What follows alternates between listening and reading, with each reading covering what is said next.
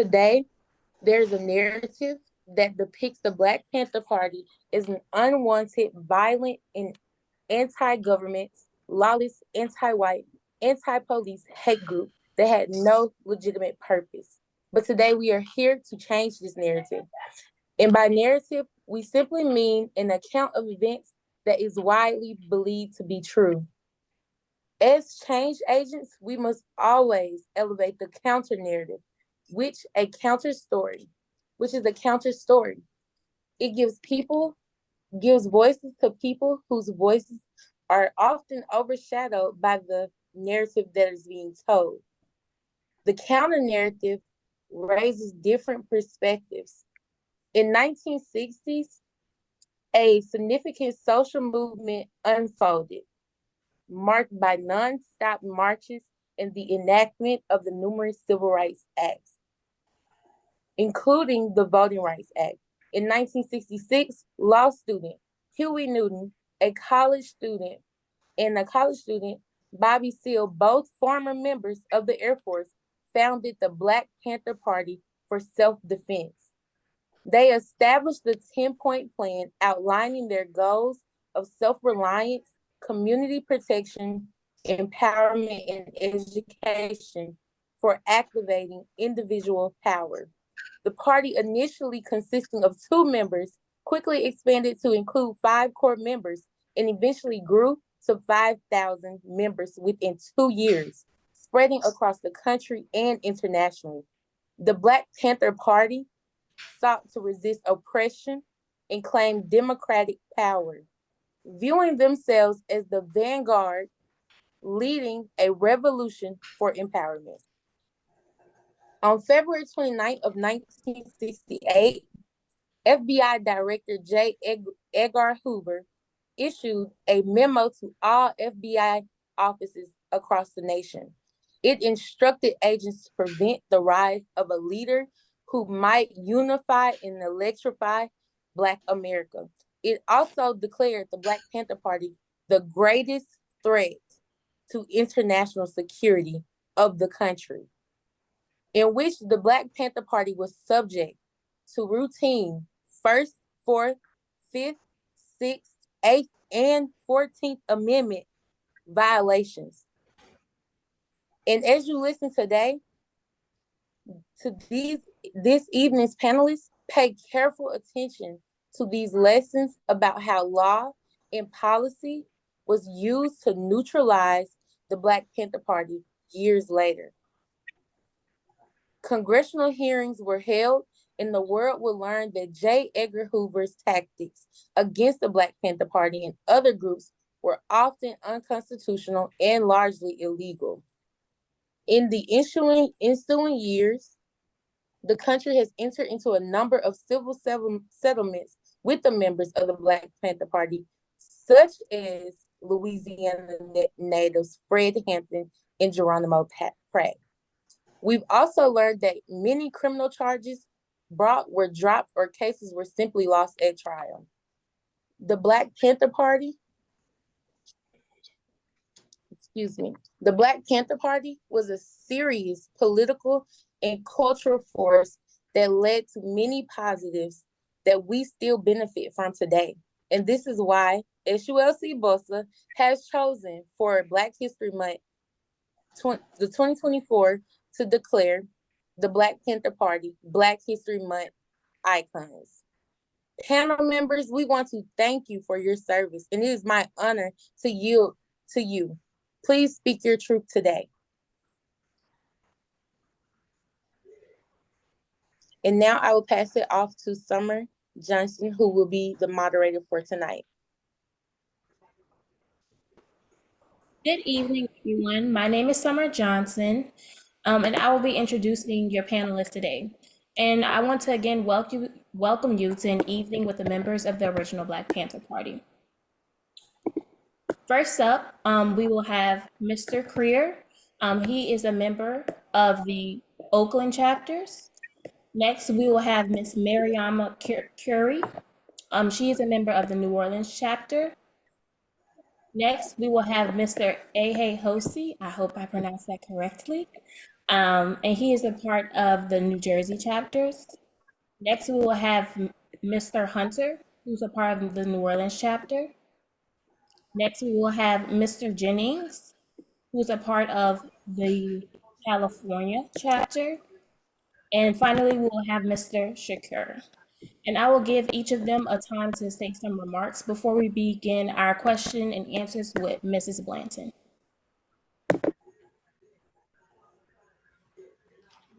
Yeah, well, thanks for having us here. And I just had a thought because every time I go somewhere, and a young person will come up and they'll say, "Thank you for your service. Thank you for all you did."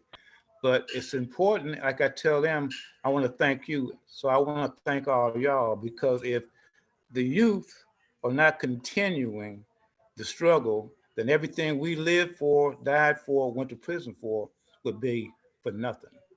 And so I'm answer some of the questions like, why did you join? I joined at the age of 19, and people ask, well, what was the reason? And this is a combination of things. I was born during segregation when the everything was white, uh, but you were insulated by your community. You had strong black communities, but as a kid, you experienced racism, but you didn't know because like you were insulated. And I'll give you a few examples. Uh, the park here, Herman Park, which is like a central park. They had a zoo across the street, but you couldn't go to the park.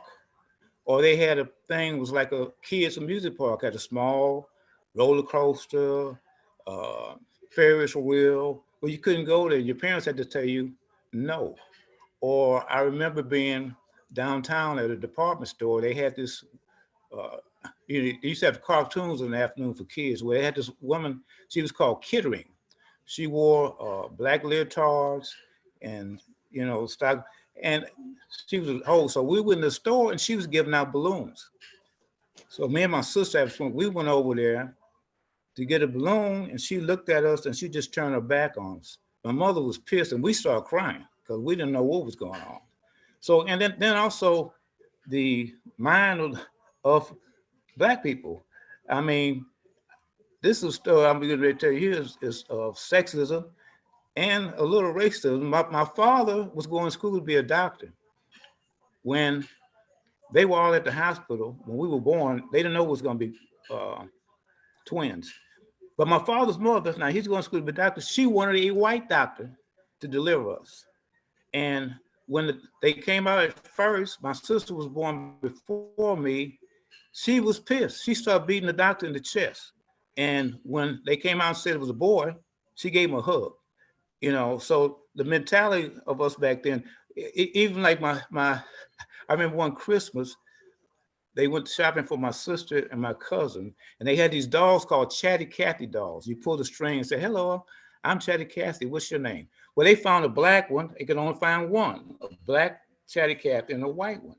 Well, they gave the white one to my cousin, gave the black to my sister, and she started crying. So, I mean, just the mentality of us then. So, we made progress, and we came up to, we moved to California. So, I saw the civil rights movement. And then, of course, you came to black consciousness. Just like in my high school, we walked out twice. The first time for 2 days. The second day, we took over the administration building. They called the police. Then we walked out again the next year on Martin Luther King's birthday to say that we wanted to not go to school. We want to honor Martin Luther King. And I remember the principal came outside, but we were all outside. And he was a nice man and white man. And he started crying. So eventually he agreed we weren't going to have classes. We'll go into the auditorium. So these are some of the things that, you know, infused me. Then when I went to college, that's when I started getting, even in high school, when 41st and Central happened, when the party officer was raided, I went to all the, we did school and go to the rallies and that kind of thing. And when I got to college, I went to Cal State Northwoods. It was in the San Fernando Valley. I mean, we were very active. In fact, we had a little cadre in my dorm room. We had a sign on the door saying the Che Lumumba Party. So we were very active. We formed a program where we took over 200 kids for summer camp, things like that. And that's when I started really getting involved with the party, I went to political education class, and I started doing uh, community work. And I started selling papers every weekend when I would come home with Comrade James Palms. We would go downtown LA and sell papers. So just like we talked about the COINTELPRO, one day I was at home, I'm in my bedroom, and my mother comes in and she says, Ricky, that's my family nickname. She says, two white men in the living room. They're from the FBI and they want to talk to you. And I told Mom, look, don't play with me like that. Don't. She said, no, I'm serious. So I'm thinking all kind of, well, what the hell they want to talk to me for? And so I go in there they are. They showed their badges.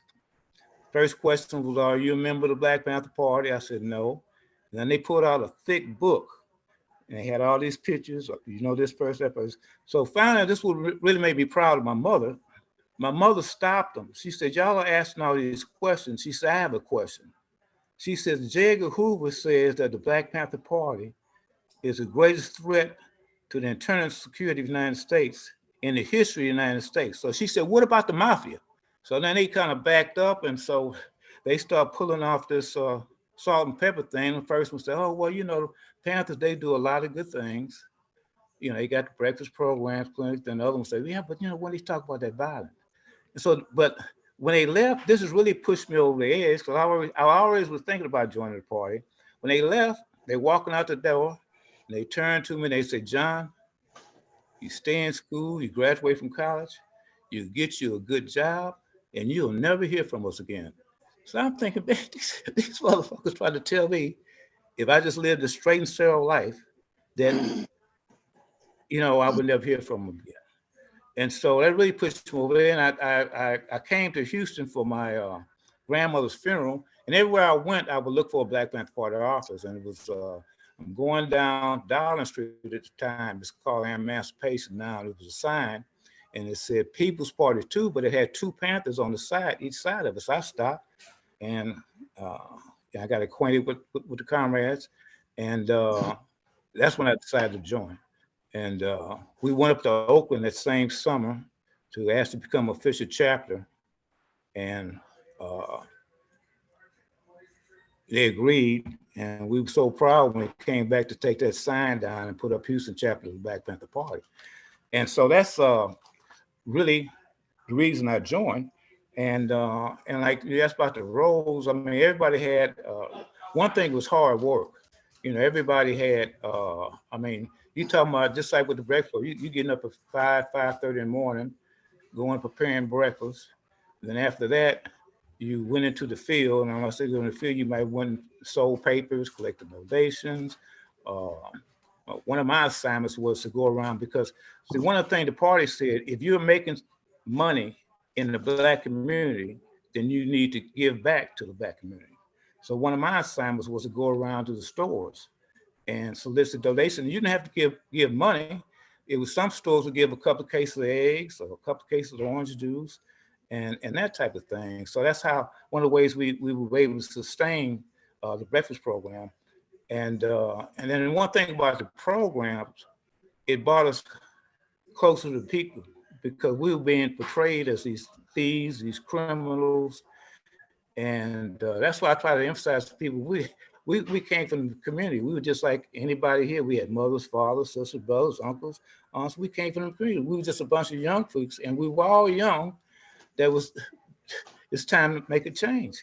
And so the programs brought us closer to people. I remember the Houston Post, they came in our neighborhood in Fourth Ward, and they interviewed all these elderly people around by our office, and they were shocked because all of them had positive things to say. And one of them, this woman said that we were angels sent from heaven because she said we fed the kids, we came and checked on them every day. Because one of the programs we had was safe program, Seniors Against a Fearful Environment.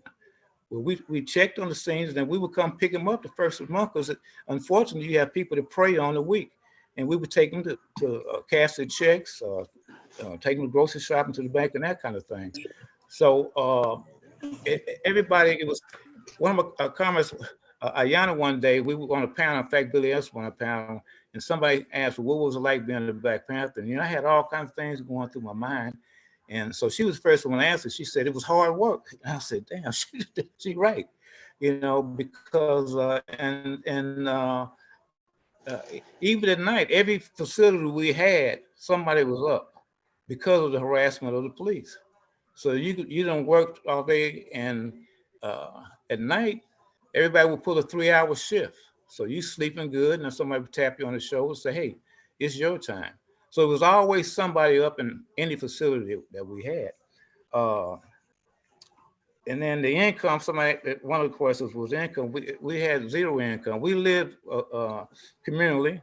Uh, some of the comments stayed at office, and we had a couple of apartments, especially kids. So we had kids, so we had apartments just for somebody watched out for the kids during the day. This is in Houston, and in Oakland we had the Child Development Center, which was for babies and toddlers, and then of course we had our school. And so it was no income, but we lived community. We took care of each other. I mean, we were well clothed, we were well fed. Sometimes we get really tight, you know. But and then the laws. Somebody was asking about getting the laws here in Houston. And this book, which everybody should get, it's called The People's Lawyer, Bobby Caldwell. That was our lawyer here, and he did most of them pro bono. And Bobby, the thing about it too was back. Bobby graduated from Texas Southern, and and the thing about the party, just like you see people talking here, this is over 50 years ago, and Bobby was close to us all throughout time. And I remember sitting down with him. He was saying how hard it was to be a lawyer in the 60s. He said because all the judges were white, all the prosecutors were white, all the court reporters were white. And so he said it was hard, but he won quite a few cases. He said after about 2 years, this judge asked him, told him he was a hell of a lawyer, and asked him, would he like to have coffee with him? And Bobby told him, no, I don't want to have coffee with you. He said, you should have asked me a long time ago. And anyway, that's the kind of person he was. And strong person. He did a lot of stuff pro bono. And I mean, some cases, I know it's time, but I just want to tell you about this one case. We mentioned Charles Boko Freeman earlier. Well, he was in front of the office changing the tire. And so the police came and they arrested him because it's a city ordinance that you cannot work on a car in the street unless it's an emergency. Well, that's changing the tire. They said he was working on the engine. So they arrested him in front of the office, and then when they got him downtown, they planted a box of marijuana on him. So he got a charge for marijuana. And we were really worried because the prosecutors wanted to give him 15 years and 1 day, because in Texas, if it was over 15 years, you couldn't appeal it to the state court. So we're in the courtroom, and so he had this. For one thing, too, they never returned the car. So first thing, Bobby said, try to find that car. He said, go to all the used car lots. So we found it one day. It was in a lot out in an area called Sunnyside. And we went back the next day, it was gone. And some of the people who lived on the block said that the police helicopter had came the day before, and then the tow truck, and they took it away. So anyway, he had this policeman on the stand. So he asked the policeman, isn't it police procedure to search somebody before you put them in the car? And he said, yeah. He said, but we were in front of the Panthers office and we were scared. So we rushed, and when we got downtown, we did a thorough search and found this marijuana. So then Bobby said, okay, when you say you saw him working on, this was a Fiat. He said, you saw him working on this car, this Fiat. So Bobby said, well, was the engine in the front of the car or was it in the back of the car? So the policeman said it was in the front of the car. So then Bobby said, you mean to tell me this is the only Fiat made in the world with the engine in the front? And the policeman said, yeah. I mean, even the jury bust out laughing. So that got him off, but he was a hell of a lawyer, uh, a hell of a lawyer. And you think with one thing about, you mentioned J. Edgar Hoover and COINTELPRO. When Richard Nixon was elected, 3 days before he was inaugurated he called J. Edgar Hoover, and he said, I want you to make the number one priority destroy the Black Panther Party. He didn't say make it a priority. He said make it the #1 priority. And that's Mr. and that's when they uh Secretary, I'm sorry, just a friendly yeah, reminder. We yeah, have about 30 seconds. We're trying to keep it to a 10-minute minimum for each member. yeah, So yeah. not to cut you off, we're loving the experiences. Okay. Yeah. That's all I want to say about the COINTELPRO and how the government came after us so hard. You know, a lot of people, they have all these reasons about what happened with the Black Panther Party, what was personalities. But no, it was the United States government. It came from the top. It came from the president, and they came hard, fast and furious. Before we go to the next speaker, do you mind repeating the name of the book that you suggested? Someone is asking that in the chat. Yes, it's called The People's Lawyer, Bobby Caldwell. Thank you. Yeah, it's a very good read, you know, because it talks about the party and talks about him, and you know, he was a beautiful brother, and the thing about him, he had polio at a young age, so he walked with a limp, and one arm was stiff, and so I think even that policeman, he kind of said, "Look at this little black dude, it ain't nothing," but I mean, he was something else. Well, thank you so much for sharing your trials and tribulations. Next, if Ms. Curry can speak, and a friendly reminder, it will be up to 10 minutes, so 5:25. If you can keep it till 5:35, please. Yes, ma'am. All power to the people. All power to It's the the people. people's All power. power to people. All power to the people. So To the people. I'm Mariama power to the Curry. people. I'm the youngest female member in the New Orleans chapter. I was 14. I have two of my comrades here with me, Brian and Jason. We were the youngest ones at that time in the New Orleans chapter. I grew up in a civil rights home with my dad, who put together the SCLC with Dr. King and Judge Israel Augustine. So I was always around civil rights movements and civil rights working. So my dad and I had the same fight. We just took different paths, kind of, sort of, to combat racism that we face in America. I joined the Black Panther Party through a friend of mine who took me to a political education class, PE class. And at that point, I fell in love. And I never turned back since then. The Black Panther Party also encouraged me to go to school, to attend university. I did want to be a lawyer because I loved F. Lee Bailey. I loved him. I loved his work. But I decided to become a dancer. My major, I did graduate in political science as a political science major from Jackson State University. But I'm a dancer by trade. That's what I do. So the questions that you guys had, what made me join is that, like, you know, Comrade Cryer said, just tired of being downtrodden, tired of, you know, people of other races beating us down. Just tired of it, tired of not having an opportunity as a human being in this country, as people who created a lot of things that this country has, and no one not knowing it. So that was, you know, that was a reason, but also my joy that I got out of joining the Black Panther Party was being on the streets, educating people. When we would be out selling papers or going through the projects and educating people about the system in which we lived, about the Black Panther Party and the things we did. I enjoyed the breakfast program. I enjoyed feeding the children. I still do those kinds of things. I'm still really involved in the community. So those things are the things that I enjoyed. I just enjoyed the platform and program that we had, that we have. I'm not going to say had, that we have. I still enjoyed it. I still think that it was the most brilliant platform and program that could have ever been created by two brothers who really wanted to help out the community. And like Brother Cryer said, for a lot of people, we were angels.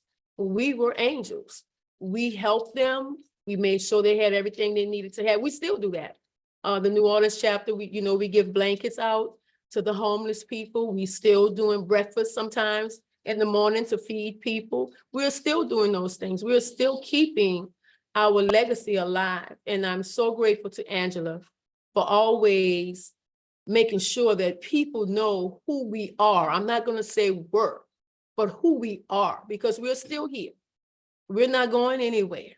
So thank you, Angela, for that. Thank you for having us on this panel in a position to discuss and to educate people on who we really were.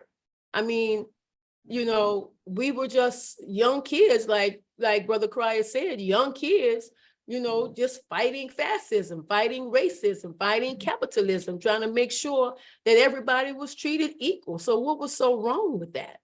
Who did we ever kill? Whose doors did we ever kick down? Who did we ever dope up and go in the house and shoot up? Who did we ever do that to? So when someone come to you with that story about us being, violent, ask them where. Because we had the right to protect ourselves? Is that being violent?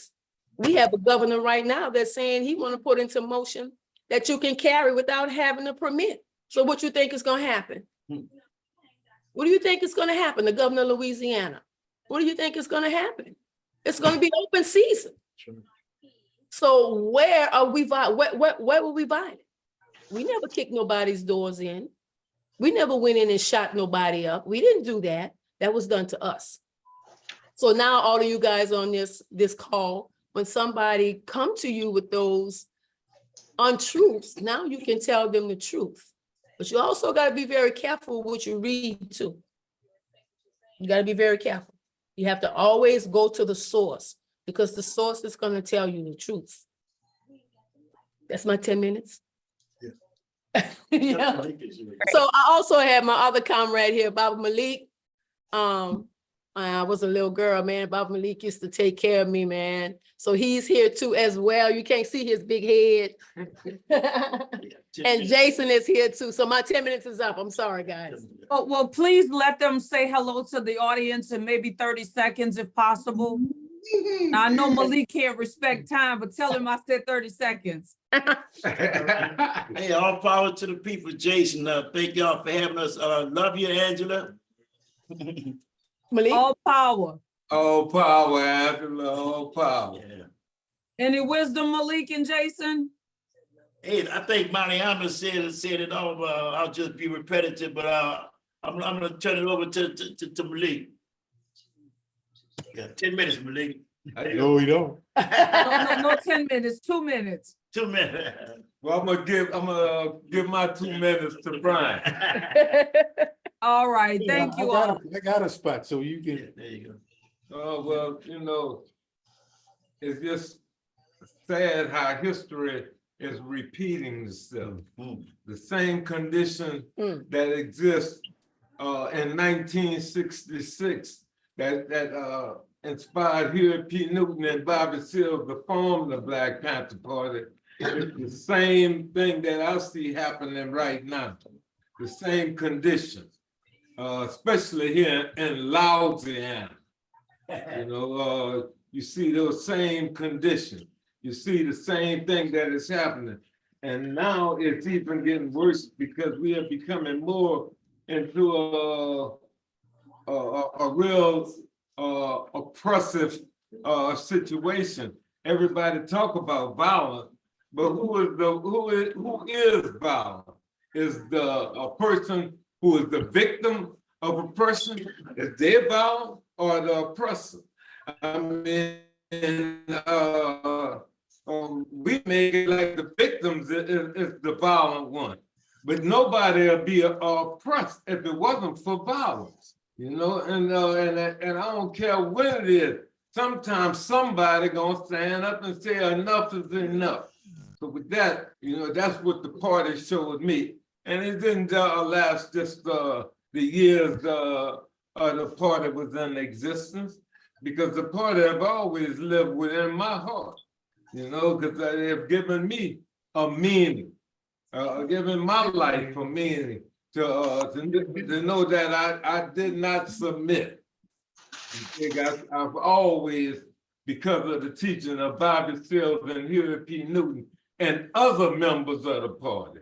Because it's many that's not known, like a Fanny, like the whole New York 21. If you ever read what they wrote about capitalism plus dope equals genocide, you know, you'll see where the party stood. You think so? Again, you know, I really thank you, Angela, for this 2 minutes, and I know I've been over my 2, so I'm gonna stop right there. Okay, thank you guys so much for that. And hopefully I'm not butchering your name, Mr. Masai. And Masai is good. okay. Okay, and I got to start off though telling y'all assalamu alaikum, power to the people, because I am first of all, To the people. I am first of Walaikum all salam. a Talk to the Muslim. people. And okay, and I got some notes here so I don't get off script. And I know about the 10-minute thing. I should also say, even though I'm going to speak about the Panther Party, because that's the theme of this, like a lot of Panthers, I'm also a citizen of the Republic of New Africa. I'm heavily involved in the New African in the independence movement. In fact, when I did the little capture thing in Virginia, we raised the fact that we was, my co-defendant, who at that time was communications secretary on the East Coast for the Panthers, a brother that was with me had also come from the Panther Party. He actually came from the Mount Vernon branch. He had went to the West Coast, but because of some incidents out there, he ended up coming back to the East Coast, but he was also a citizen of the Republic of North Africa. But again, they were Panthers, so that since that's the theme, I'll stick to that. I should also say that as a member of the Black Liberation Army, a lot of my things sometimes was like they would overlap. Sometimes it'd be like a little bit hard to say what was strictly a Panther and what was as a member of the Black Liberation Army. And I know, like, actually one of the best activities I had around with other Panthers was with people who were actually more BLA. And that was organizing in the community, helping people organize around housing. And some of y'all touched on that before too. A lot of times what happens is like folks don't even know what legal rights they have. So I know I was working with a group of folks and we would help people. Like there were certain laws, like where people, like if they had bad housing conditions or if buildings were abandoned, that they had rights, like basically as squatters, but they also could take over the building. And I know, like working with them brothers and sisters, we had done a thing where help people to organize the buildings, but at the same time, organize whole blocks to protect it from enemies, both within and without. So I'm saying that to say, just as people talked about sometimes what you read about the BPP, a lot of times be careful about, be mindful what you read when you hear about the BLA, because it wasn't about running around and shooting people and things like that.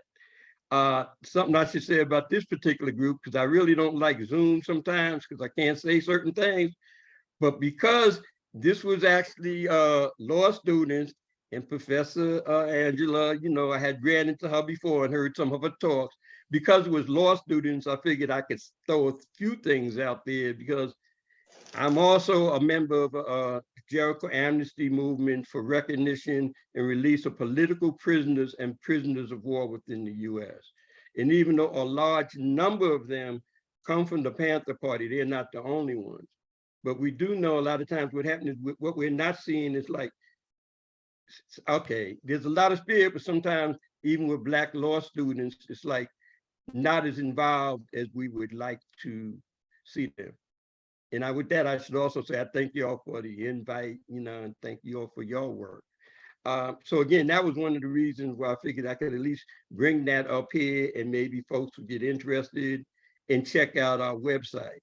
Now, okay, as far as how I became involved with the Black Panther Party, when I got out of those folks' military in 1969, because I was, coming back from Nam. Anyway, like a lot of folks, I wanted to get involved and struggle. I went to the Panther office where I was from, in the city I was from, Jersey City, New Jersey. And actually at that time, they told me that I couldn't join because Eldridge had said not to take anybody from the military in because they might be informers. Of course, the thing that went through my mind was if I was an informer or agent, I just wouldn't tell you I was coming from the military, but it made sense to them. So officially, I wasn't in the party then, but was working with some people. And again, it was like people doing some good stuff. Some had a relationship, well, everybody had a relationship with the Panther Party, but wasn't necessarily in. It was after a few things happened and I ended up going to another city, and that's where I actually started working with and I might have stepped off in North for a minute. And that's where some of the people who are on here, that's where I first ran into them. But I ended up going to New York and ended up working with some other people there who was doing some of the work I was talking about. After that, I came back to New Jersey and started doing more work there until, well, an incident happened. We had to do some traveling. In terms of like I said, one of the best experiences I had was working around housing. One of the benefits for me of the Panther Party was it was a concentrated thing of some real good people and picked up some real good experiences. I also should say like,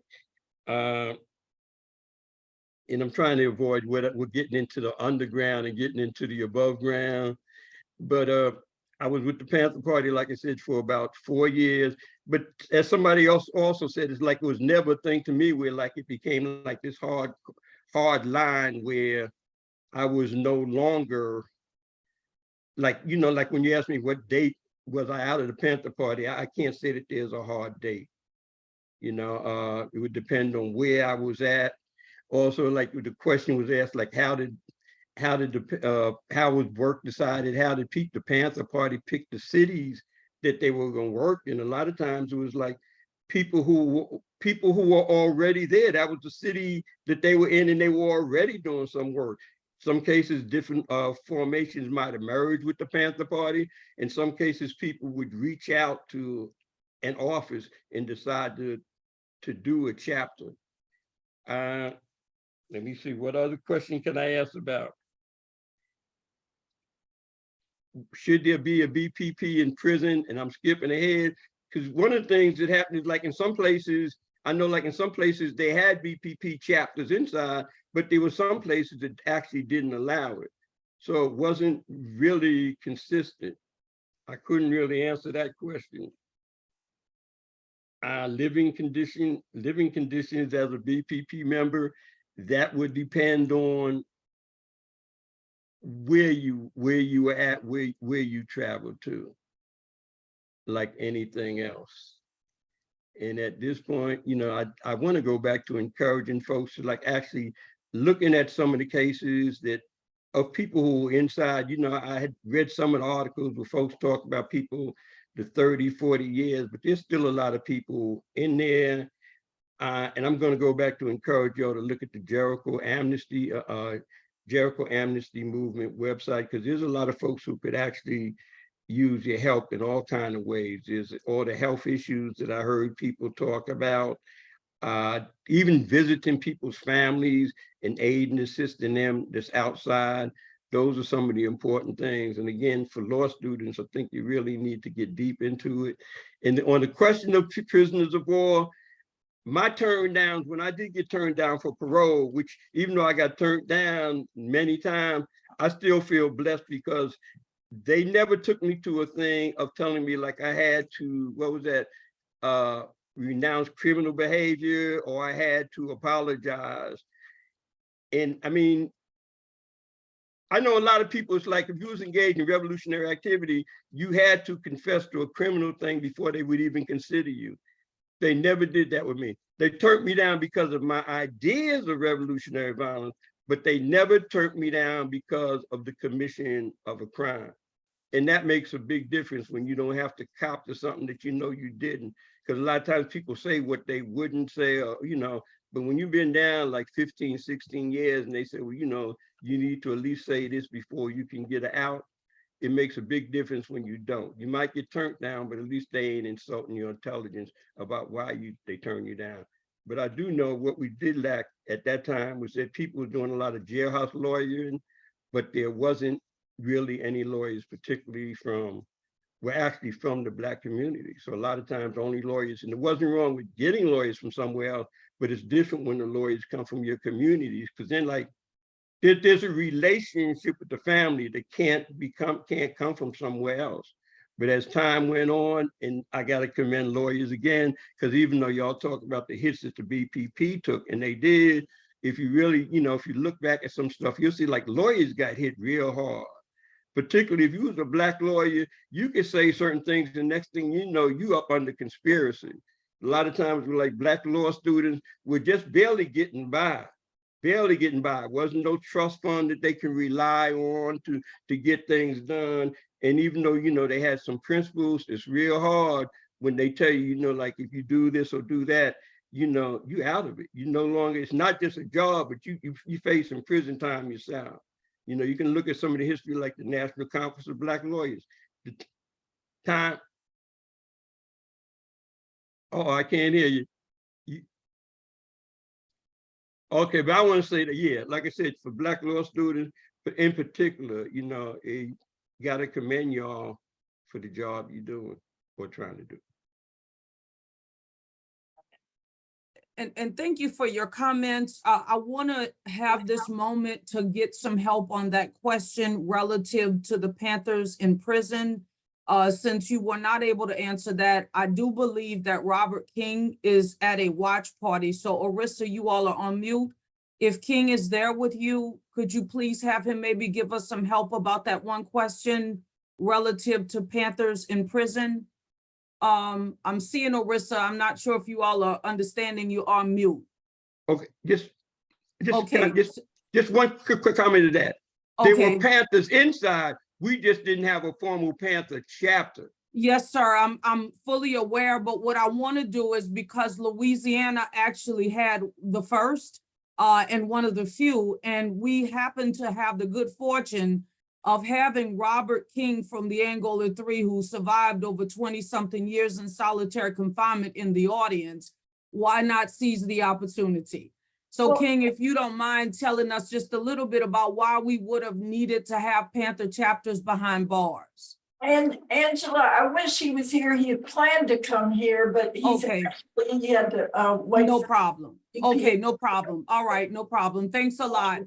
All right, so I'll say this quickly. From the many lessons that I've had from those who were part of those prison chapters, what they essentially did behind those prison walls were exactly what was going on outside of those prisons, which was teach political education classes and provide safety and community empowerment and teach people about constitutional protections and legal protections and human rights. So it was just a space where we educated and empowered in the same way behind bars as we did amongst the free population.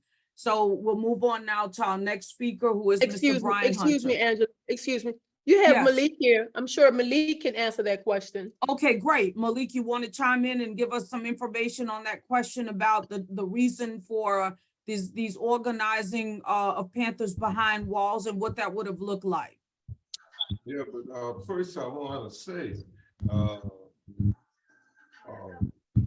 Eldridge Cleaver never spoke against a Black veteran. That's the part I want to tell Pro. That's a lie that was projected by him after Geronimo G. Jaga, a declarated Vietnam veteran, started organizing. When they seen what happened with the shootout in Los Angeles in December of 1969, where the first time SWAT ever came into existence, the first event was against members of the Black Panther Party. And if it wasn't for Geronimo G. Jaga, those brothers would have got and sisters would have died in that house. So it have always been veterans that have stood for it. You dig? And that became, I'm a veteran. You dig? And there was many others. And the shootout that I was in, it was for veterans.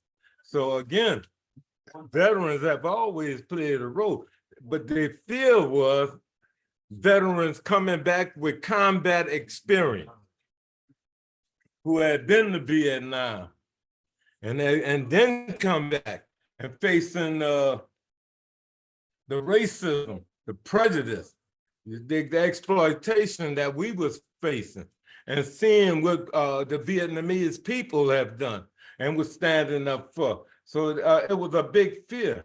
And one thing George Jackson, in his book, How to Combat and Species, How to Combat American Fascism, he speaks upon the fact of an opinion molding institution. And one of the best ways to keep a veteran from joining the party is to make him think that he was going to be classified as an Uncle Tom or as a snitch or as an informer. But in all actuality, we seeked out veterans, you know, to come in with that experience, to help teachers, because all the way up until August of 1970, you know, the Black Panther Party was divided into two. Those who was doing the social programs and carrying out those programs, and those who had made a commitment of what they would do, or what they was willing to do if Huey P. Newton was given the death penalty. You know, what would they do? Would we sit around and allow the state of California to execute him, to gas him? You know, because he had left that, he had shown by that example. So it was many of us that went underground in. And many brothers are still in prison. And many died in prison. You dig? Because they said that I refuse to let our leader be executed. I will go underground and do whatever it takes to make sure that Huey P. Newton is free. I could remember being out there listening to when Huey was going to trial, when people were saying that if Huey is executed, you dig, ain't nothing in America was gonna be the same. You know, so again, you know, you had those factions. Now, as for those in prison, I can only tell you about what we did on death row and what we did in the dungeon, in parish prison. And that is organized. When they sent so-called Black gangsters down there with us and hoping that we would cancel each other out, many of these brothers joined the party and joined what was called the Brotherhood and organized not only in Orleans Parish Prison, but also took that same zeal to Angola and organized there. I mean, you have to understand, it was a big threat when you talking about brothers coming there talking about, well, hey, you know, you ain't gonna take away my humanity. You ain't gonna take away, you ain't gonna make me uncivilized. You ain't gonna make me start oppressing my own to keep you in power. You dig? And they start organizing. You had, I mean, listen, look at the, I wish King would have been on it, because King became a renowned jailhouse lawyer.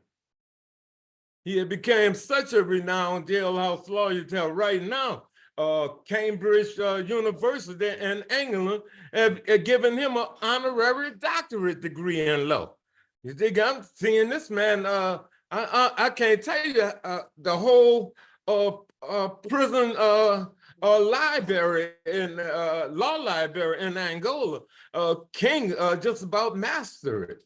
You know, I mean, and he also helped organize others. When I look at VOTE, an organization that exists here. Vote wouldn't have been in existence if it wasn't have been for what those brothers that went through and what they endured. You imagine going before the board every 6 months, knowing that's all you got to say is I renounce Black Pantherism and I'll be out of solitary confinement. And for him to stay there 27 years, for Albert to stay there 44 years, for Herman to stay in solitary of 41 years and never denounced it, stood strong on those principles. And this was in CCR and Camp J was areas where they sent Blacks to break them. 10 minutes up.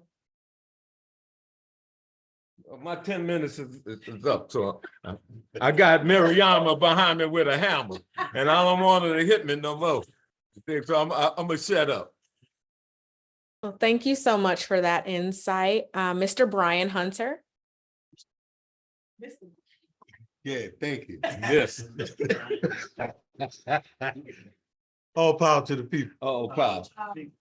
Listen, thank you for including us in this. And as Malik was so eloquently speaking, giving you guys some history about some information. He was just honored Sunday at one of the churches, and he gave,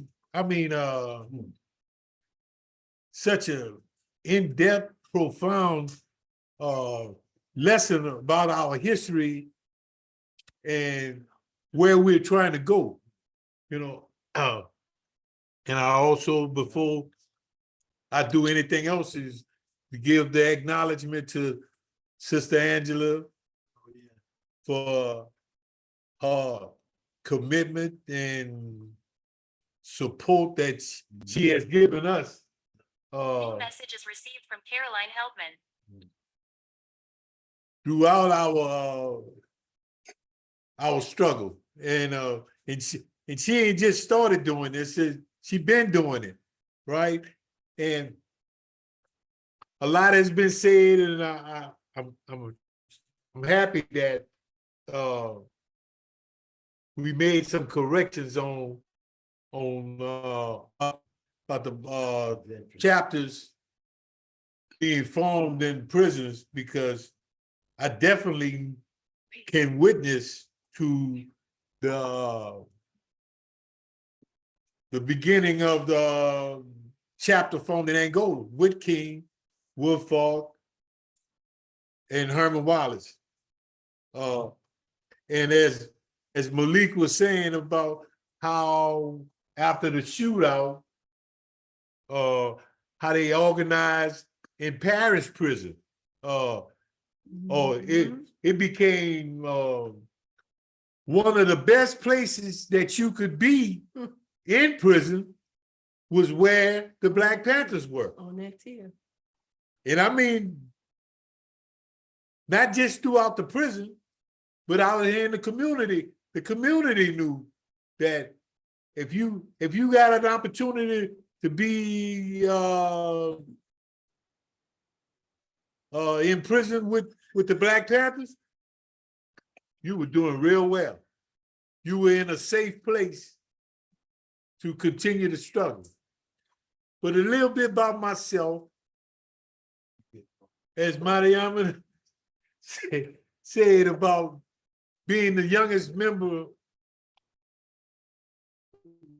in the Black Panther here in the New Orleans branch. I was a part of an organization called UNO before I joined the Panthers, which was an organization that modeled itself after the Black Panther Party. And it was through this organization where I made the connection between the two. And we were doing almost the same thing as the Panthers were with the breakfast program. We initiated a breakfast program like they already would have it. We would tutor little kids after school. We were doing anything and everything that we could to build up the community and not tear it down. Because before that, I was on the path of where the streets were calling me to do things or to be involved with things that was counterproductive to the struggle. And it just so happened the night of September the 14th, the night before the shootout, I too went down to the office to go to a political education class. And just by chance, that was the night where the two undercover agents, informants, were exposed. And wow, it was a night that I will always remember, because from that night on, I had a connection to the Black Panther Party. And I don't say, me, most of the time when I'm addressing things about the party, I don't say I'm a former member, you know. I'm a member for life. It's not one of them situations where you can go back to not being a revolutionary. So from that day on, I've been connected to the Panther Party.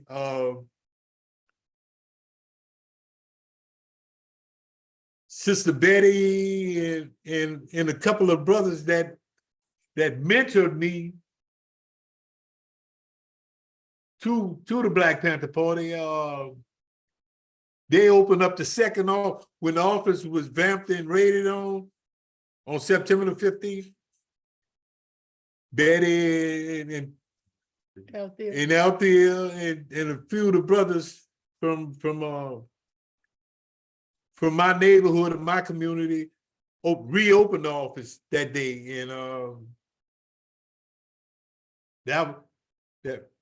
that started September the 15th.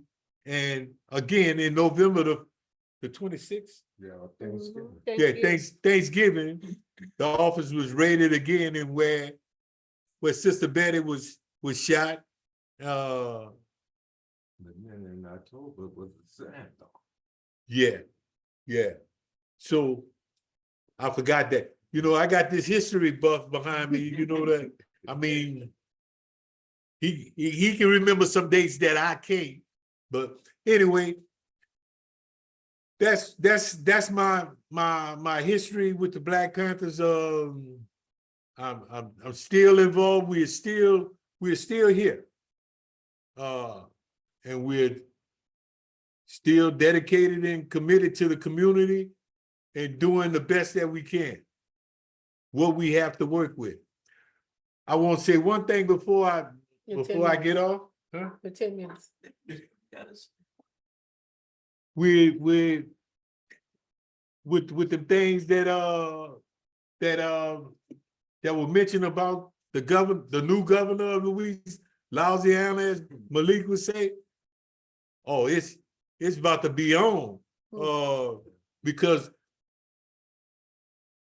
he's going to bring some situations out that if we allow it, if we do nothing, we're going to wake up tomorrow morning back in chains. And some of us may not think when we think about change, we thinking about it in the physical sense. No, I'm talking about the change on our minds again, you know, because this governor is talking about taking away programs that the Black Panthers started And the government took over with the breakfast programming and feeding the children. And they're talking about taking this away from the kids down here in Louisiana now. So we just employed support from you guys to lift us up in our struggle, because we in for a fight down here right now. So all power to the people. It's the people's power. So let me say this, Angela. So I think what everybody in here needs to really understand is that, number one, you have this piece called critical race theory, right? Right? So a theory is something that has not been proven. Am I correct? Yes. Am I right or wrong? That's so right. You're going to tell us that slavery did not happen. Slavery had not been proven. So one of the strongest points that the Black Panther Party had was political education classes. And so we in New Orleans, we were trying to get back to that, where people can come and we pick a book and we read it and we break it down and we talk about it. That needs to happen. That is crucial, and it needs to happen. The other thing, like Brian is saying, we started those programs. We did, even feeding the masses of the people. So like Brian is saying, he want to stop different feeding programs where people can come and get food. We started those programs, not the government. But the government also tried to destroy the programs that we started for the community. So the younger generation, you got to pay attention to what's going on. You got to pay attention to where all of that started and how it's coming back around. And it can come back around if we pay attention to it. Like this man destroying these programs that we initially started. Got it? Thank you so much for that, Ms. Curry. Mr. Billy X. Jennings, who was the personal bodyguard to Huey P. Newton, just be mindful that you have 10 minutes.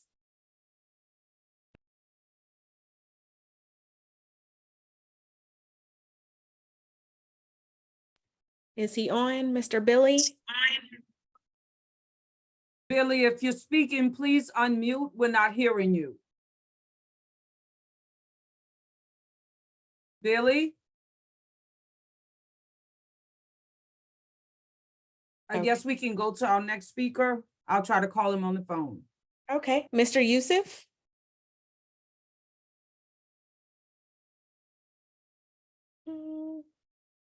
I don't know if he's on as well. Okay, let me see.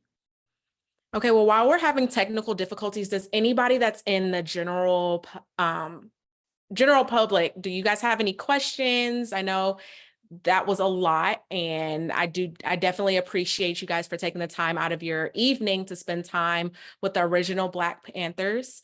So if anybody has any questions, if you guys can just raise your hand. Okay, General?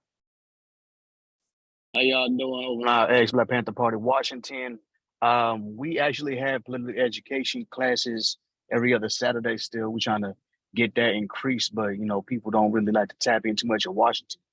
But I was actually hoping to reach out and ask some of y'all that have been in the party much longer than ourselves to come in and speak to the younger generation. We're trying to get them more involved, and it's really starting to ramp up again. But I would love to be able to have y'all come in and speak. If y'all want to just shoot me an email with your email in or a message, I mean, that'd be great. That's all though. Thank you. Thank you. Okay, and just to be sure that I'm following this request is for the Black Panther Party anywhere in the nation to be able to do another Zoom. Am I understanding? Yeah, we do Zooms where we'll come in and invite the community for some political education and yeah, to have them come in and speak with everybody. That'd be great. Okay, so what I'll do, because of the time constraints, I'm gonna put my email in the chat, and if you email me, I'll get you in touch with everybody you need. Magnanimous. Thank you very much. Great. Moderator, next question. Okay, Miss Darcy, I saw that you raised your hand next. Yes, thank you. And I'm going to sound really ignorant, and I am. And I started being illuminated by someone else who's on here, and I'm going to use her name, even though she might not want that, but I think she'd be fine, because she wrote a book. At least I learned about it in 2010, and then I was telling her in 2021, after 2024, that, oh yeah, there's this great book about the Black Panthers were really good people and they did great things. It was wrong what was been told before, and that's Arissa Aren. I'm And sorry. yeah. Mr. Greer, can you mute your mic so we can hear Miss Darcy, please? Mute my mic? No, Mr. Greer. I don't know if you could hear the background noise. Oh, yeah, but I don't pay any attention to that, I'm just, can you hear me okay? Yes. Okay, this is what I want to know, this naive person here. And also, I went to the bank to make a deposit before this, and two of the three people in the bank were Black, and I was telling them that I was going to this meeting, and they were much younger, and they didn't know about and I said no, and I'm telling them about the Black Panthers being the really good source of information. So I think this also needs to be told. And what I was curious about, because I am really ignorant about everything, and I'm learning so much, is, and I'm glad that Arissa, alerted me to it with your bulletin, and Richard Saxer. And so I'm really wanting to ask you, when was the first time or wherever are whites allowed into the Black Panther? Okay, that's all. I just wanted to find out how that is. That's all. So the question is, for any Black Panther Party member that is on, would you answer if white people could ever be members, or what role did they play with any of the chapters? Well, the thing about the Black Panther Party was we had coalitions with all kind of groups. We had the Puerto Ricans, the Young Lord Party. We had the Young Patriots, who were white. You had the Red Guard, who was yellow. But the Black Panther Party, for one thing, Huey and Bobby said we had to organize our own community first, because we had to show Black people that we could accomplish things. And we had all kind of coalitions. If you ever, all power to people went all the way around the world. And like I said, we had to show ourselves first, but we had coalitions with all kind of groups.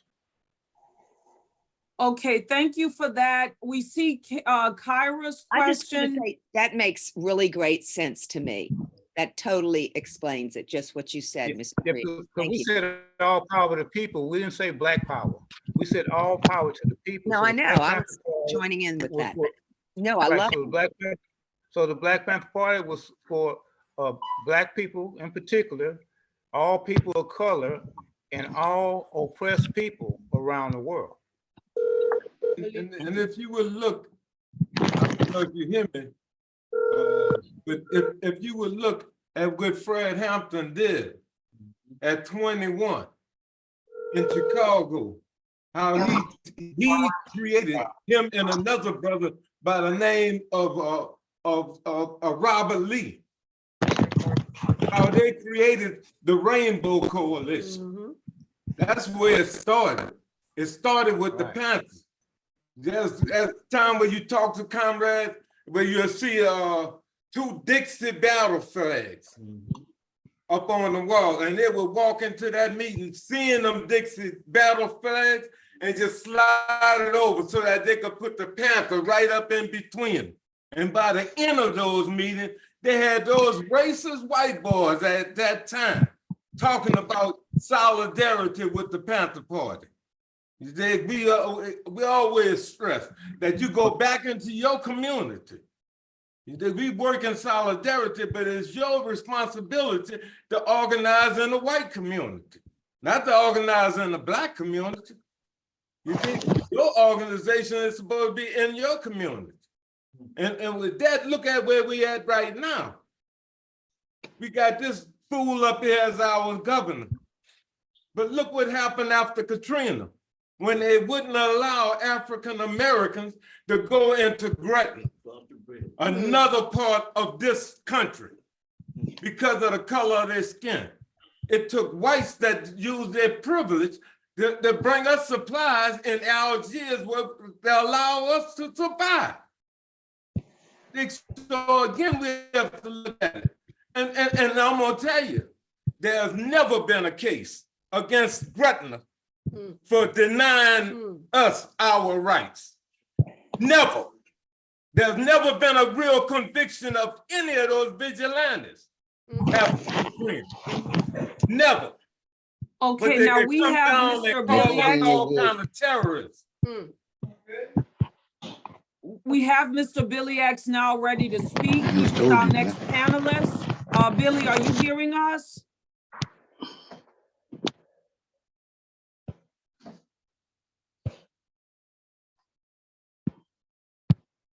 Billy? If you're on, you're still muted. We're not hearing you.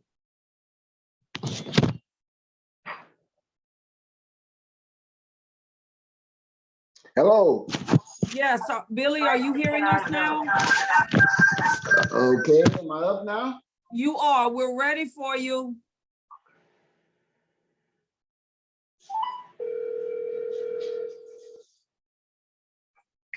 Mr. Billy, you're on the Zoom. Okay. Please start speaking on the Zoom.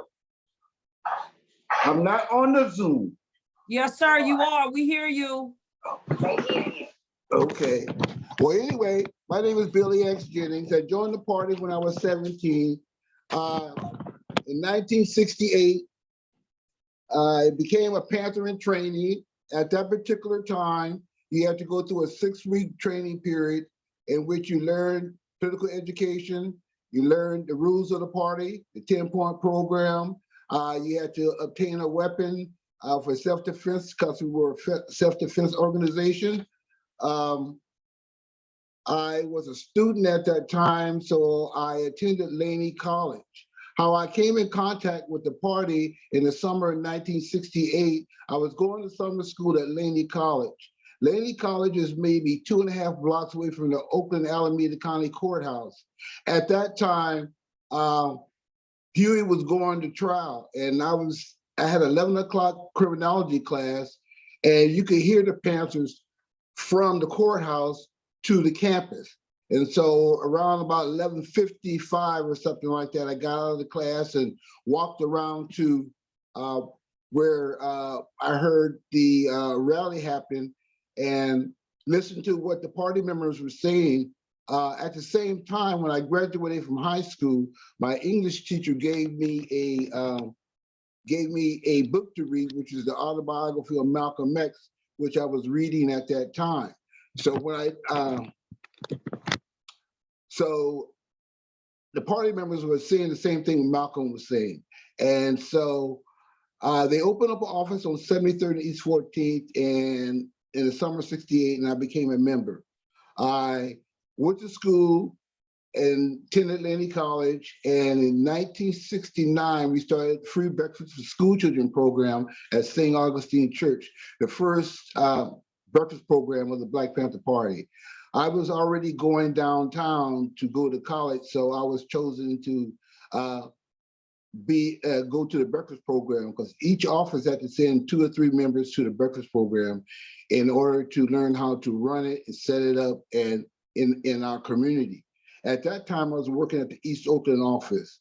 I went through several changes. I worked in East Oakland for about 2 years. Then I was transferred to Central Headquarters. At that time, I worked at Central Headquarters. What we call special assignments. What my job was, my jobs were assigned by the Central Committee, and I had various jobs like being a student at Merritt College. I was the duty driver for the party. I was a boycott line captain. I worked with the United Farm Workers, the boycott grapes and lettuce. Also, during the 1971, 72, 73 era, I ran Bobby Seale's campaign office in East Oakland. I did that until 1974. During that time, 71 to 1973, I was a personal aide to Huey P. Newton and David Hilliard. David Hilliard, I was the aide for in 1971, and Huey started his trial in 72, and I became his aide.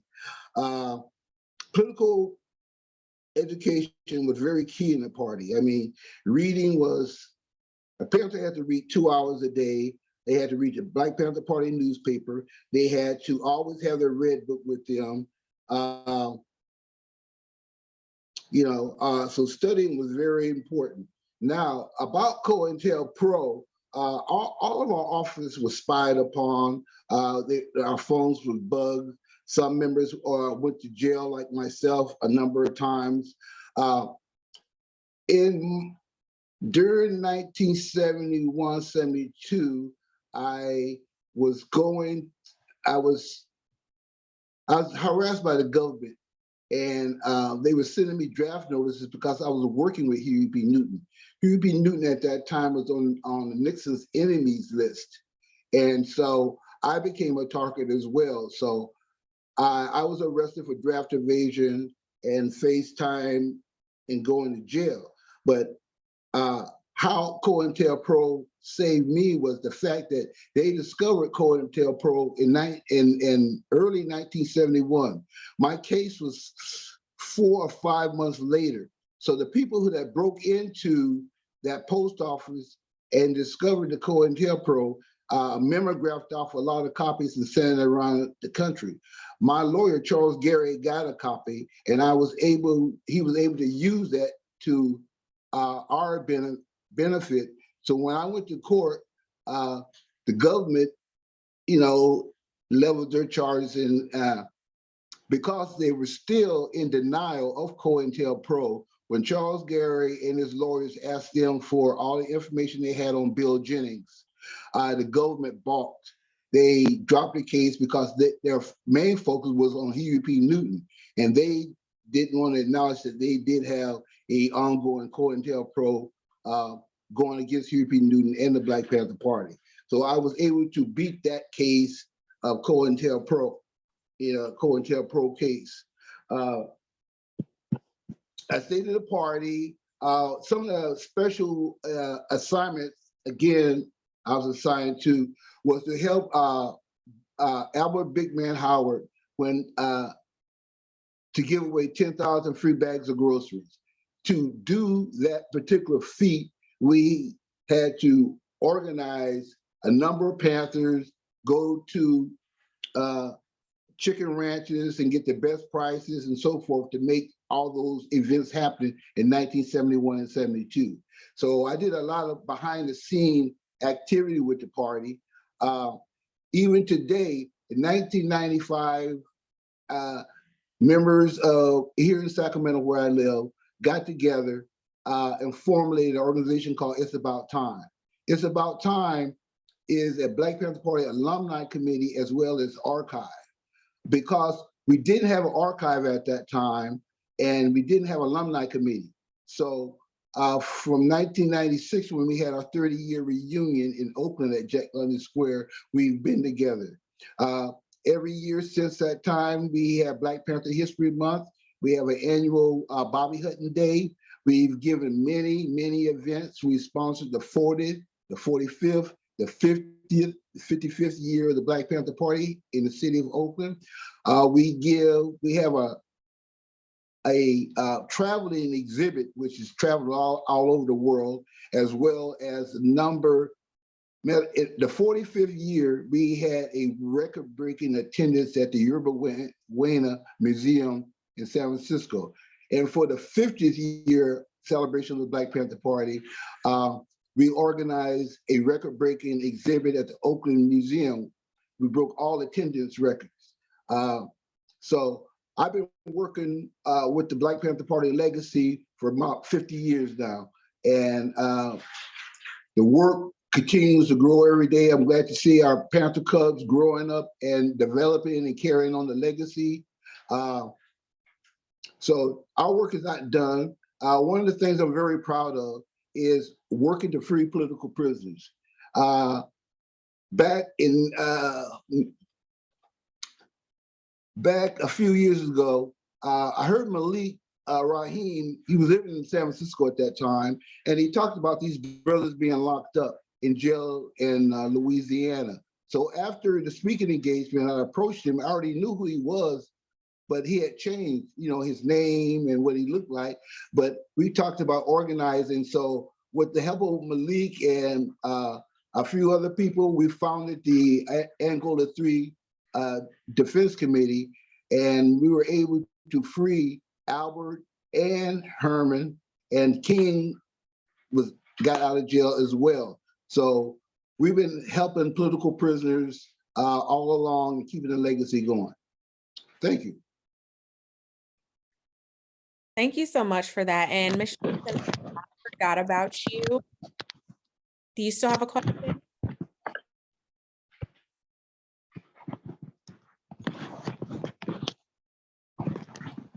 Yes, I do. I'm sorry, y'all. I'm in my car now, but I wanted to ask if any of the members on the call know anything or have any first-hand knowledge about the showdown in the Desire with Mark Essex in New Orleans. That's where I'm from, and that's one of those stories I kind of grew up hearing, and just wanted to know if you guys had any insight on it. I'll say this very quickly. The incident with Mark Essex should not be in any way associated with the ambushes that happened in the Desire, because they're all very separate historical incidences. So there is this myth that Mark Essex was a Panther and that he was representing somehow the cause of the Panthers when he committed his acts, and that is false. There were 2 ambushes, and I am being very intentional about using the word ambush, because there are people who write about this as if it was a shootout, which suggests that you have people shooting in both directions, and that is not what happened. What happened to the Panthers is on September the 15th, 1970, law enforcement came and ambushed them. And then took all of them to trial and charged them with crimes that they never committed. And fortunately for all of those Panthers, the jury in Louisiana, after hearing those facts, found them all not guilty. And I want everybody to process what I just said, because they were all charged with attempted murder of police officers, and all of them were found not guilty. And so that should tell you how compelling the facts were in favor of the Panthers. And if I've piqued your interest, you need to be with us tomorrow night, because for the first time in history, the attorney who did the amazing, incredible job of representing all of those Panthers will be honored by these law students who called this convening tonight. They are going to recognize Mr. Jones and the Panthers who received a privilege of his capable representation will be with us on Friday night. There was also a second ambush, and that happened on Thanksgiving Day, 1970, and that was intended to basically annihilate the remaining members of the chapter that they didn't take out on September the 15th. On this call, we have, if you see Betty and Ron, Betty was one of the females who was inside the residence on Thanksgiving Day, and she was unarmed, and she was approaching the police to show her cooperation when they fired 5 bullets into her body. Betty still carries those bullets in her chest with us today. And there was never any accountability for any of these law enforcement actions. And so Mark Essex comes along, and he is not a part of the Panther story. So if you are ever told that what Mark Essex did when he got on top of the building at the Howard Johnson and shot at officers or whatever transpired, that should not be connected to the Panther story. He was not a Panther. He was not acting in agency with any Panthers. And so we need to leave with that correct understanding. And more importantly, we need to recognize, as we have these continuous conversations now about law enforcement accountability, law enforcement immunity, And now the discussion on the part of the governor that we should arm and fund law enforcement even more now. We need to be mindful that it was law enforcement that ambushed the Black Panther Party. And these people were young students, college students, veterans, women, mothers, parents, and no one has ever been held accountable. In fact, no one has even acknowledged what has happened in those two ambushes. So thanks for asking the question. And if you want to know more, please be with us tomorrow night so that you can hear from the mouth of the attorney who put on this class defense and got no notoriety at all for the work that he did on part of the Black Panther Party. Next question. Didn't see any other hands, but does anybody else have a question for any of our speakers? Yes, ma'am, Miss Darcy. You're on mute. I'm sorry, thank you. As a 15-year-old living in New Orleans all my life at the time, I remember vividly when that happened because they had this newscaster, Alec Gifford, and he was making a big scene of, you know, ducking behind cars and stuff like that. And,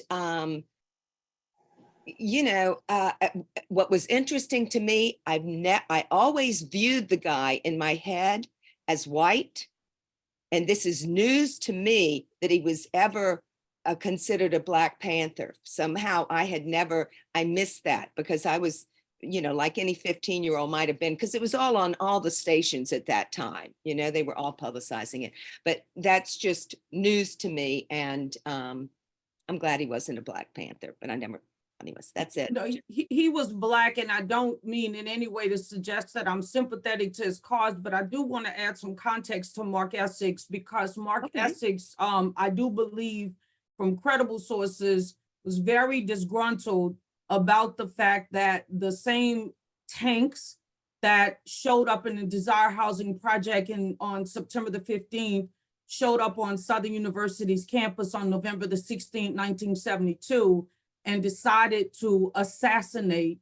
And once again, I am using language very intentionally.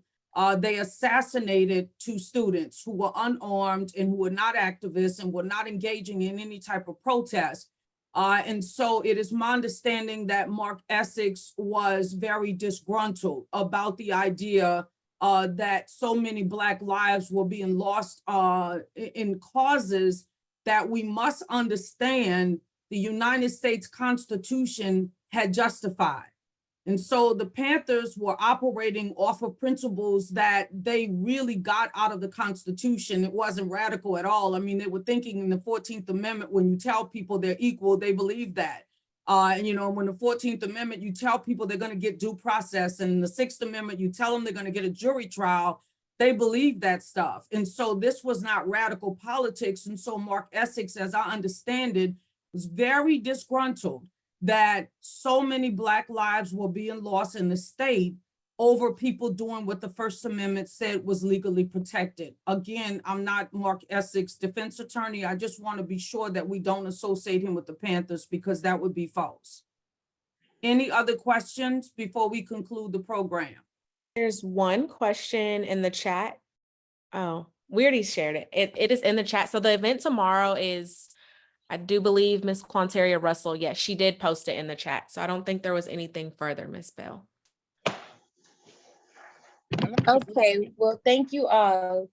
And to the distinguished members of the Black Panther Party, I want to thank you all for joining us today for this incredible event.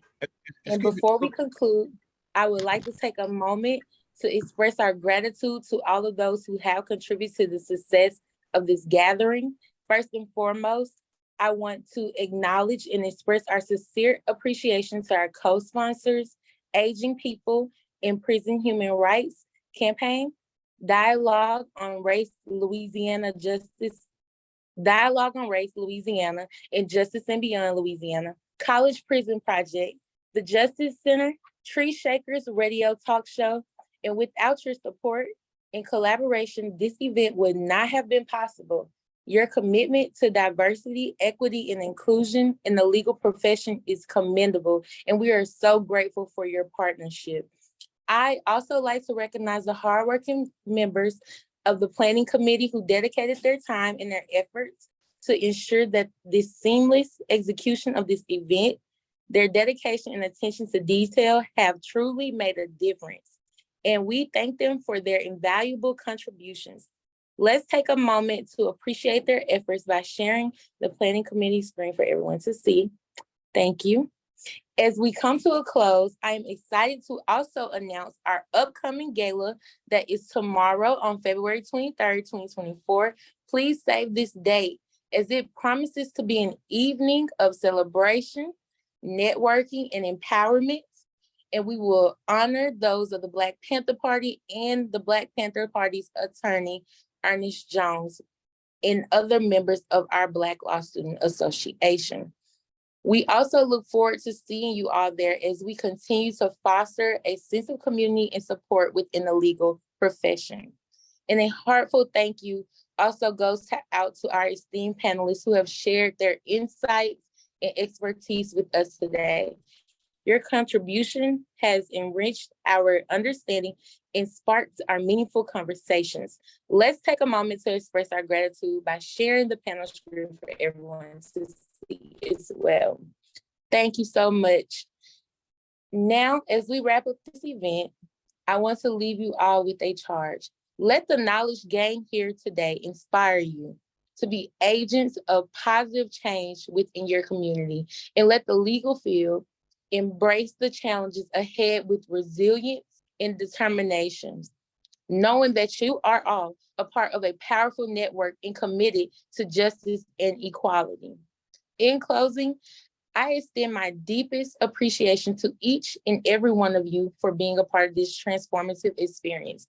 Let us carry the spirit of unity and empowerment forward as we continue our journey towards a more just and equitable future. And thank you, and you all have a wonderful evening. I see a hand from Ms. Brenda Williams. Do you want to share anything, Ms. Williams? I just have a question, and I actually want to thank the panel for making this available to all of us.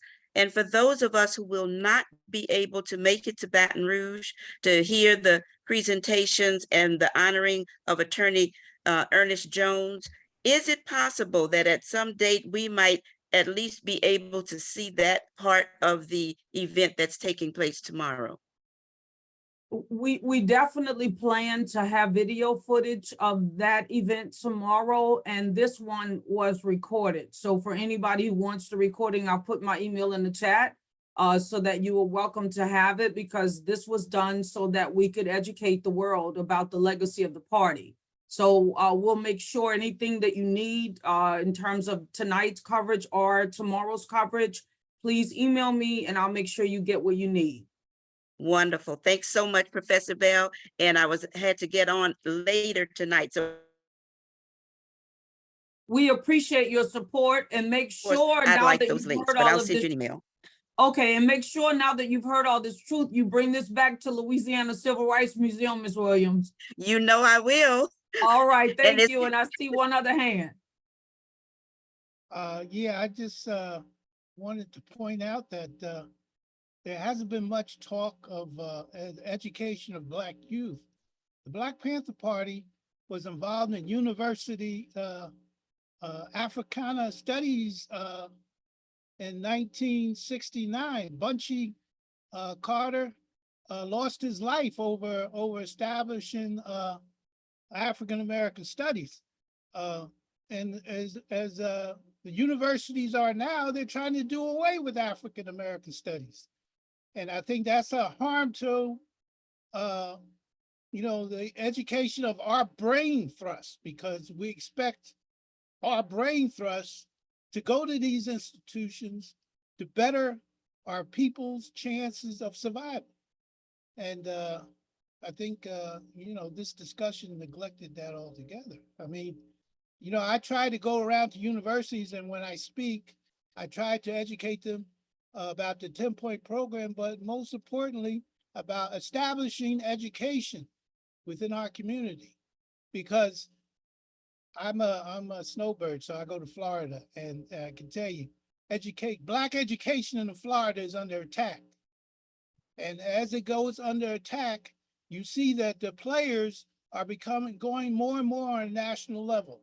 And therefore they expect to not only not educate Black youth, but to also do away with our history. And, you know, this is one of the reasons why political education is so important. I mean, just recently, when I spoke at Seton Hall University, and I spoke to the Black students 2 years ago, they actually took over the dean's office because they were going to do away with African studies. And they fought and took over, and they got Kelly Harris, who is a known scholar from University of Chicago, who taught at Seton Hall as a result, and is now at the University of Pennsylvania. And all these universities, they want to do away with African Studies Department because they already did away with affirmative action. But the point is that we have to concentrate on our educational system from the school boards. They have Mothers for Liberty. The Mothers for Liberty is nothing more than Ku Klux Klan in disguise. And this are some of the things that the Black Panther Party has always stood for in California, especially because a lot of the African study programs were based on the principles that the Black Panther Party promoted. And I'm a child of the Cochran Hall takeover at Rutgers University in Newark. And just a month before that Cochran Hall was taken over, Bunchy Carter was murdered at the University of California over the disputes of the African Studies Department. And now that Rutgers University has a full, well, they call it ethnic studies program, but it has an African Studies Department built into it. And Seton Hall University has gone back to having an established African Studies Department. But here's a caveat with that. The thing is that they never give up trying to put you in a corner. So now, in view of the Black Students Union, in view of the Black Student Organization, they want to bring in the NAACP chapter student body, which means that they're trying to Negrotize the student population. Of course, these are freshman students because they don't know anything about the evil standards of the universities. They don't know anything about white supremacy. They're just coming into the university.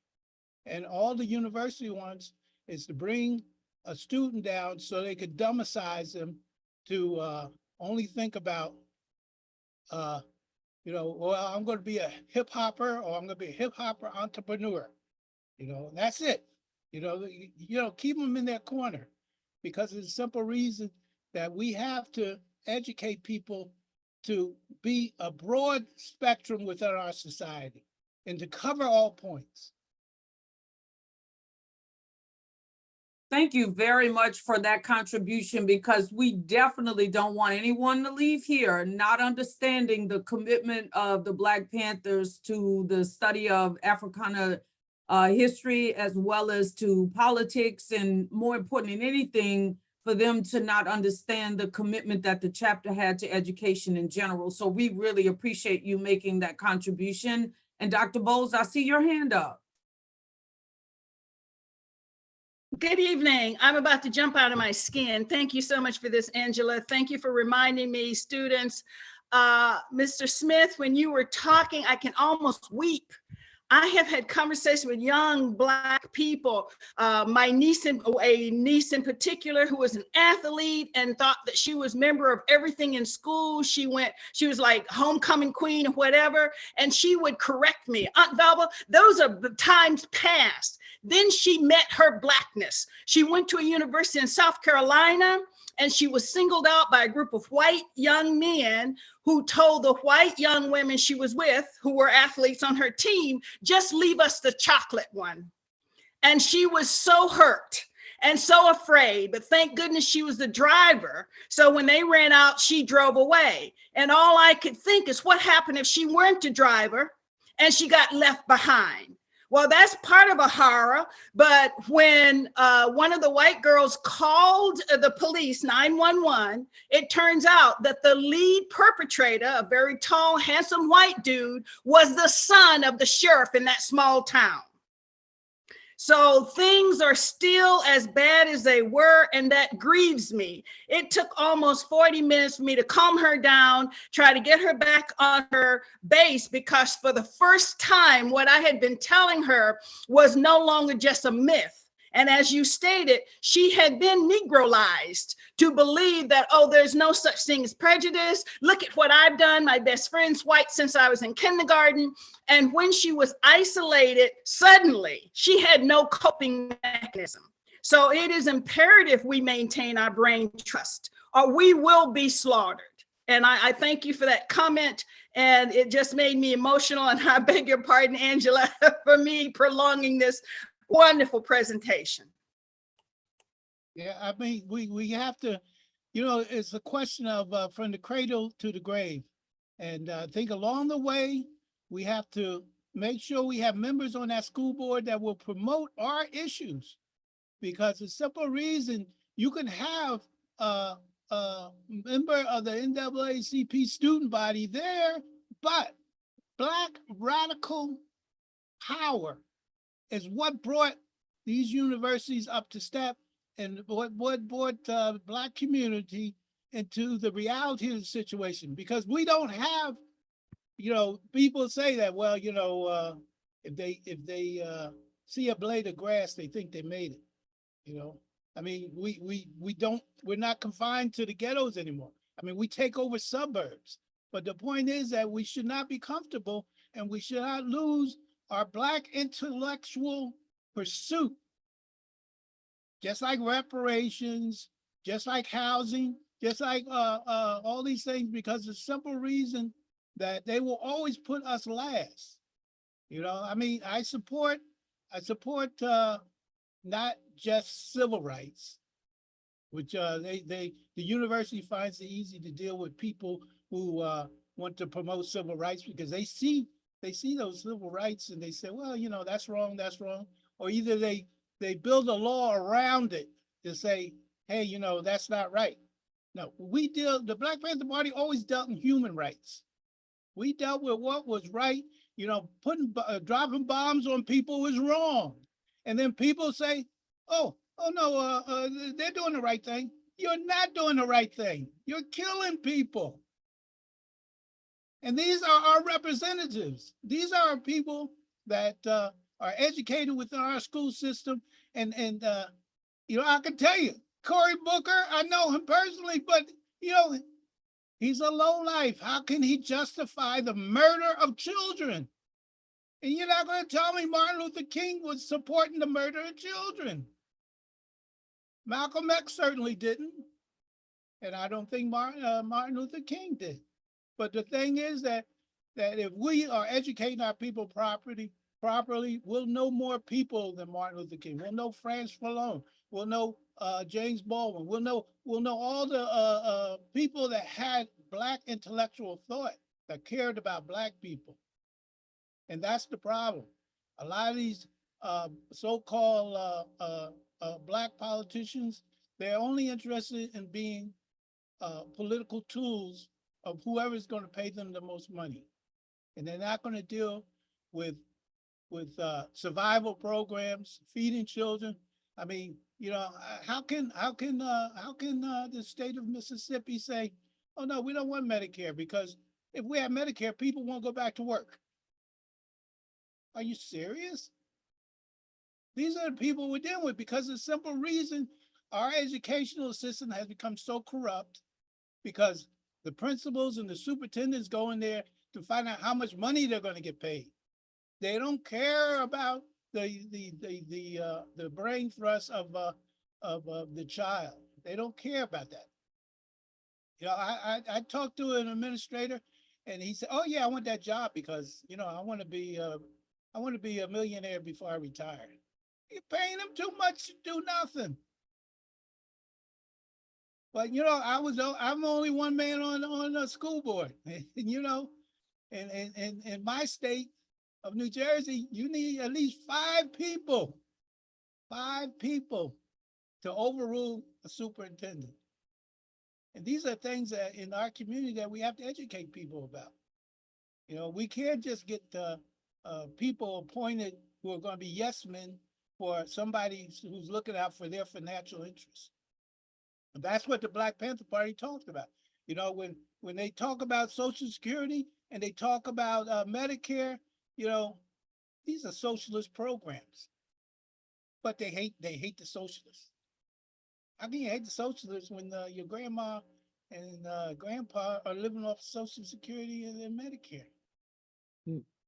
I don't want to I don't want to hijack your program, but you know, I became a member of the Black Panther Party during the takeover at Conklin Hall at Rutgers University, and we had to gather Black Panther. We had to gather youth to become members of the Black Panther Youth Cadre, and from that point, you know, we were educated about the 10-point program and about socialists and thought, and we were educated about a love for the Black community. We weren't Black nationalists; we were revolutionary nationalists, which means Now, that we now I would like to interrupt you just to make sure that we don't miss the moment. Can you explain two things to this audience? One, about the Rutgers takeover, and two, about revolutionary nationalists. Could you make sure everybody understands both of those? The Conklin Hall takeover, Rutgers University only had 30 Black students in a body of 4,000 white people within the city of Newark. The city of Newark at that time, population was 60% Black and 40% white. We had a white vigilante organization, which was called the North Ward First Aid Squad, led by Tony Imperiale. And that was the White Citizens Council on the East Coast. So this guy went up and down the East Coast to say that, you know, Blacks were taking over cities and they were becoming the majority. You know, when the students led by Joe Brown, who was the chairman of the NAACP student chapter at Rutgers University. The first thing he did was he said, no, just like Stokely Carmichael got on top of that fort and said, you know, we are for Black power. Joe Brown said, hey, we are for Black power, and we are going to change the name of this student organization to the Black Organization of Students. So secretly, they went around, got some chains, got some locks, and they locked themselves inside Conklin Hall at Newark Rutgers University. The Newark Police Department was ready to storm the building, but the chancellor at that time said, no, I don't want any bloodshed, because previously in 1967, Newark had a rebellion. And in that rebellion, they were rebuilding from the rebellion. So, you know, change was slow to happen. You see, that's the difference between, you know, most civil rights organizations, because they like to request. The Black Panther Party demanded. And that's what the 10-point program was about. It was about demanding things. So when the 13 Black students locked themselves inside Conklin Hall, they changed the name to Liberation Hall. And there was a 7-day negotiation period because the Black students also left people out to negotiate. Thing is that as we negotiated with the university, you know, we also needed community support. Now, I was a high school student at the time, and the Black Panther Party needed people to protect the students. And because they had, students came with a telephone pole. They were gonna ram the door. The white students were gonna ram the door because they said, oh no, you're depriving us of education. And I said, well, we're being deprived of a lot more than just education. We live in America and we are deprived of a lot of things. But one of the things is that because this university is built on land that was not really theirs, from the Lenape Indians to the black dwellers, city dwellers that used to live in those tenements that used to cover the university. So, we formed a line and we told them they can't cross that line. And of course, the police department is willing to cross that line because they were more armed than we were. But we were also armed at that particular time, because at that particular time, the Black Panther Party for Self-Defense was in existence, and the mayor and the chancellor said he had the final word, and the governor said he had the final word because it was a state university, and they said they would rather negotiate rather than occupy the building. Unlike Jackson State, unlike a lot of universities that suffered at the hands of National Guard and police force. So we eventually came to an agreement and created a program that would allow Black students into the university. I'm sorry, what was the second question? Second question was about the revolutionary term that you used. Oh, revolutionary, yeah, that revolutionary, yes, revolutionary nationalism. At that particular time, the 1967 war in Palestine, the Yom Kippur War, the Vietnam War. This country is always at war with somebody, and particularly people of color.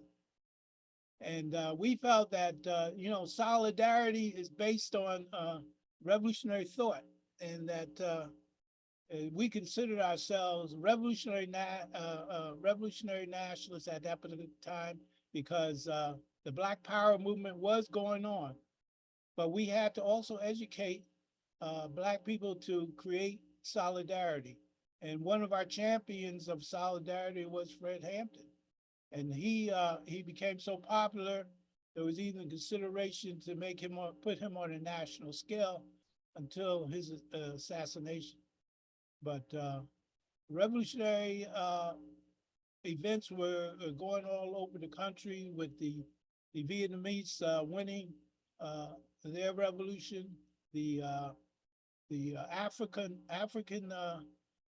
the continent of Africa was colonialized, and they had to get all the neo-colonialists out of Africa. And as you can see now, the United States and the French still are meddling in Africa.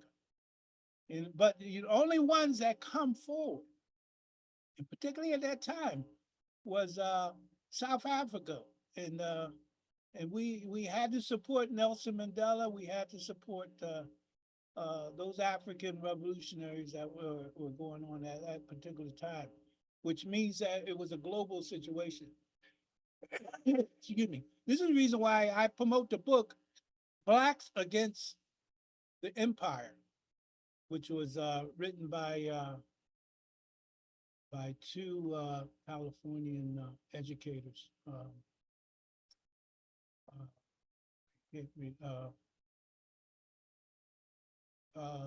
Joshua Bloom and Waldo Martin were their names. If you want to write that down, Blacks Against Empire. And that pretty much 99% tells the story of the Black Panther Party. Because we were the only Black organization that took on the American empire. We had a headquarters in Algeria, which was run by Eldridge Cleaver and Kathleen Cleaver. And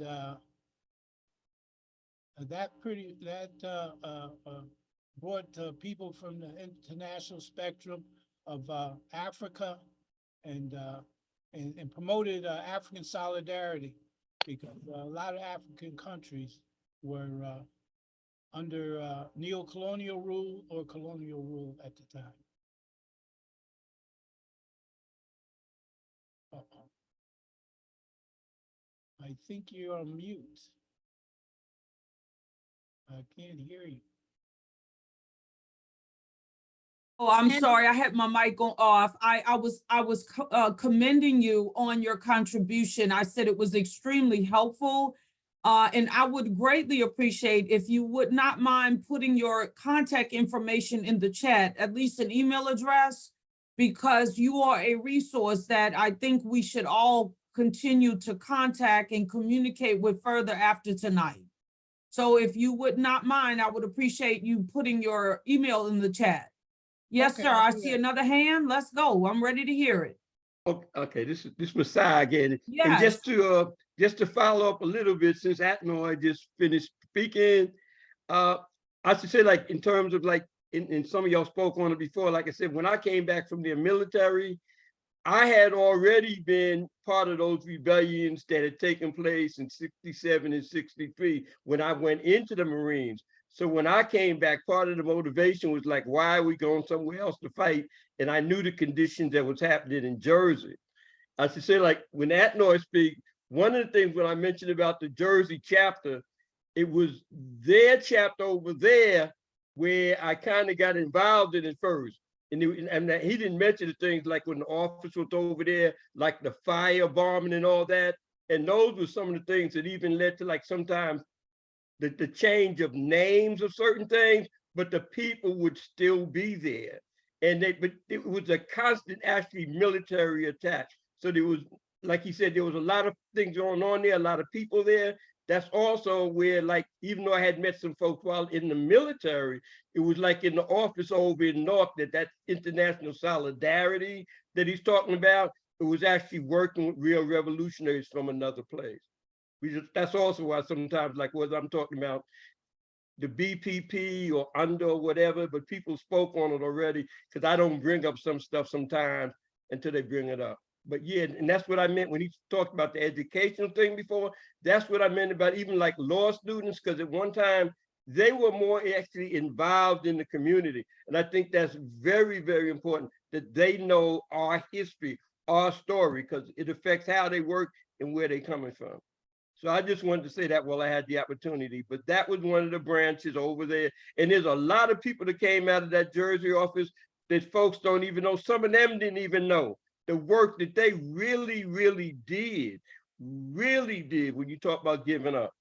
So I got the comment on that, and that's it. That's it. Well, I thank you all so much. I really appreciate y'all sharing so freely. Everybody's been texting and putting messages that we need to start a Facebook community, a book club, some type of therapy group. So maybe we have inspired something, but I tell you all, this has been far past what we ever imagined. And I am so thankful to Blsa for the leadership in organizing this, and for everybody chiming in and making sure that we did not leave with gaps open.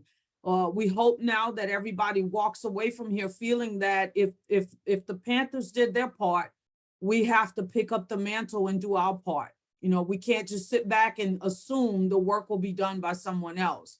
So I thank everyone. I look forward to seeing you all on tomorrow, if possible, and for us to continue this dialogue, perhaps in a different forum. So let's start brainstorming about how to keep this conversation alive. Thank you all. Good night, everybody. All power to the people. Much. All power to the people. All power. Power to the people.